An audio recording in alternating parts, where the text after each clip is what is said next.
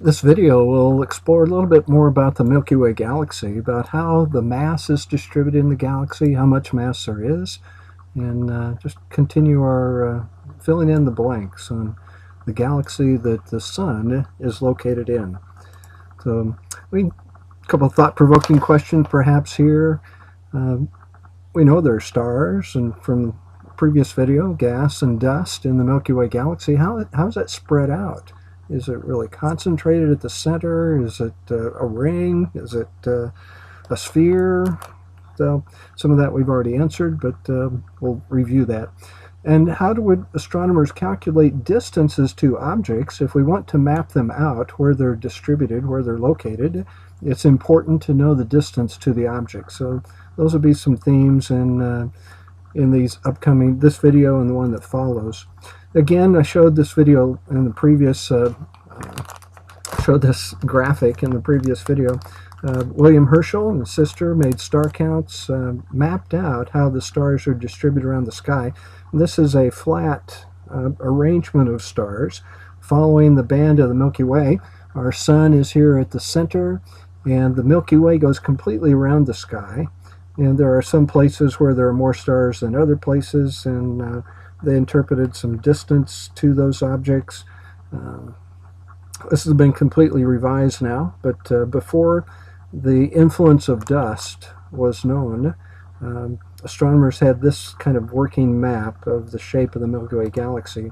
Now we have more something like this. This is not the Milky Way. We can't send a spacecraft to above the disk of the Milky Way and take a photograph, but another spiral galaxy has some similarities to what we think is in the Milky Way.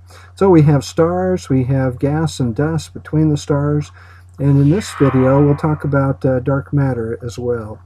So let's go ahead and proceed.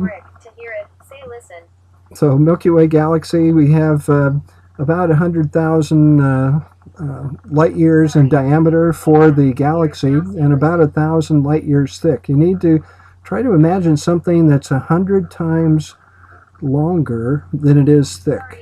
So that would be the Milky Way Galaxy. 100,000 light years in diameter, 1,000 light years thick is our spiral galaxy that we live in. Very much pancake type shape in terms of extent sideways, but maybe more crepe shape would be better. A nice thin crepe.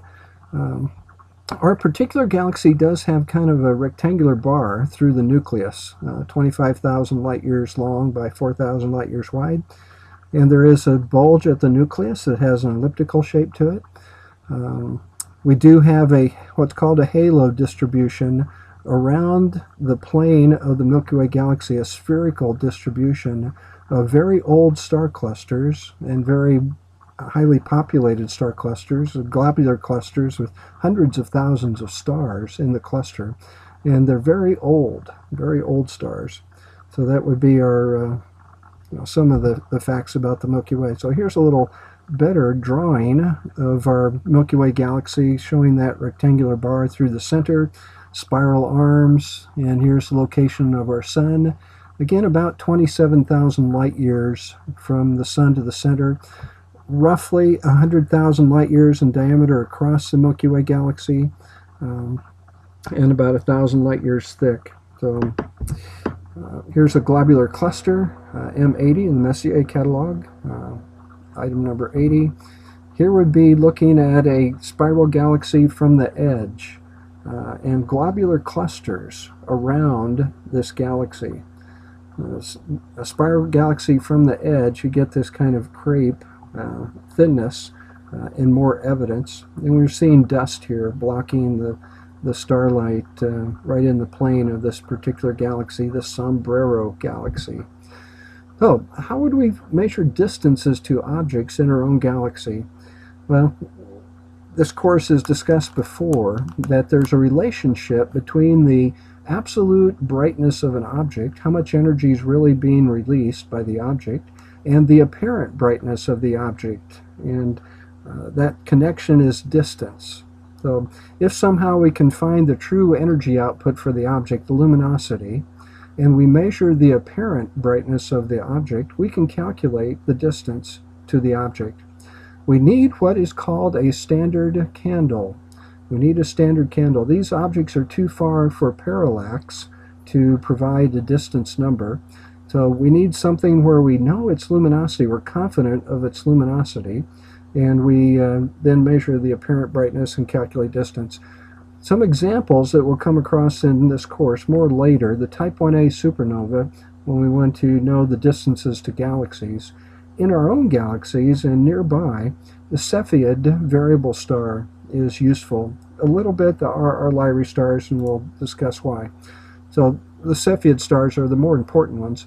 The first of these variable stars was in the constellation of Cepheids, and we have a star here that is changing brightness over a few days, tens of days, 100 days. We'll see a graph. But this change in brightness is due to change in the radius of the star as well as the temperature of the surface of the star, the photosphere. These stars are very large stars, and consequently they are very bright stars. That makes them good for determining distance because we can see them very far away. So Henrietta Leavitt in 1912 was doing a study on the Cepheid stars in a cloud of stars and gas and dust that orbits our Milky Way Galaxy, the Magellanic Cloud, not visible in the northern hemisphere sky, but seen in the southern hemisphere. So her study revealed that there was a relationship between the brightness of the Cepheid and its period. These stars were all about the same distance from the sun. They're in this organization, this Magellanic Cloud, that is a great distance from the sun. So there's a little bit of distance effect changing the data here on the brightness of the Cepheids, but most of the Cepheids are roughly at the same distance away. She measured the period of the variation in the brightness and measured the apparent brightness of the stars and found that there was a relationship. After that, there are Cepheids in our galaxy closer to the sun where we can work our way out with distance measurements. Not going to go into that here, but these closer by Cepheids were had their luminosity calculated in measuring their apparent brightness, measuring the distance to the star, and then calculating the luminosity. Now that we've calibrated the Cepheid type of variable star, we can use just measurement of the period of this variable star to give us the luminosity, and then at the telescope measure the apparent brightness of the star and then go ahead and calculate the distance. So here would be a graph of the period-luminosity relationship.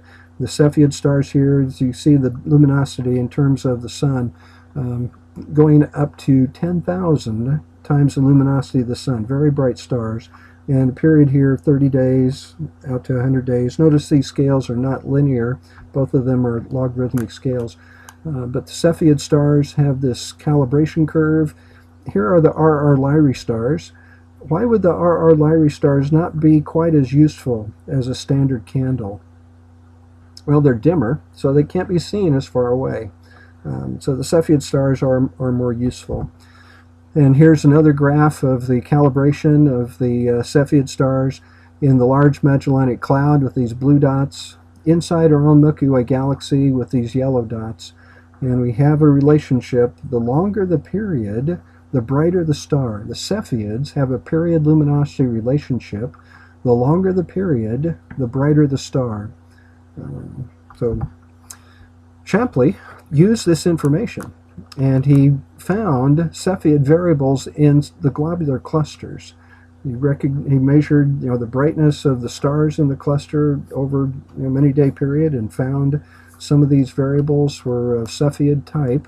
There's a certain pattern to how the brightness increases and decreases with the Cepheid stars. So he identified Cepheid stars in these globular clusters. The calibration was known for the luminosity versus period, and he could plot the distribution of the globular clusters around the sun. So where do you think the globular clusters would be in the sky as viewed from the sun? Well, here's what he found. So the sun is this yellow dot. and X is the center of our galaxy. So Shapley found that the Sun was not near the center of the galaxy. These globular clusters are in orbit around the center of the Milky Way galaxy, and they're evenly kind of distributed on both sides of the Milky Way center. They're not on both sides of the Sun. Most of the globular clusters are off in one area of the sky where the center of the Milky Way galaxy is, and few are in the opposite side of the sky. The Sun is not at the center of the Milky Way galaxy, so this was proof that Herschel's investigations was a little bit misleading as to where the Sun was located in our galaxy. Herschel had the Sun at the center. Shapley used the globular cluster distribution to show that the center of the Milky Way galaxy was very far away from the location of the Sun. Here are a couple other graphs in sort of different cuts through the volume of space of the Milky Way galaxy. Z would be up and down, above or below the plane of the Milky Way galaxy. And then we have X and Y, just an ordinary Cartesian coordinate system. But you can see that the globular clusters tend to be clustered themselves at the center. Again, these are globular clusters are 100,000, 500,000 or more stars, and their gravity keeps them organized, keeps them together. They're orbiting the center of the Milky Way galaxy. Is the interpretation. The center of the Milky Way galaxy is where we see the greatest concentration. So that was Shapley's conclusion. The Sun is not at the center of the distribution, and the Sun is not at the center of the distribution of the globular clusters, and thereby the Sun is not at the center of our galaxy. So that gives us a little piece of information about the distribution of where things are in the Milky Way. Again, radio astronomy helps us map out the spiral arms by detecting that neutral hydrogen. So at that point, I'm going to end this particular video, and we've just to kind of review what was done here. Our galaxy, from our measurements, roughly 100,000 light years in diameter. It's a flat disk and has about 1,000 light years thickness to that disk, 100 times less thick than the diameter. 100 times less thick. So it really be worth your while to find something and measure it, divide that number by 100, and find something else that's that thin, and you would be able to get a little appreciation for how thin the galaxy is compared to its diameter. Then the Cepheid stars, our first kind of standard candle, a star where we know the true brightness of the star, and we have something that's easy to measure, the period of the Cepheid variable. That allowed Shapley to measure the distance, to calculate the distance to the globular clusters, map out where they're distributed on the sky, and determine the Sun is not at the center of the Milky Way galaxy. So, time for me to pause and let you think and ask questions. Write them down, ask your instructor.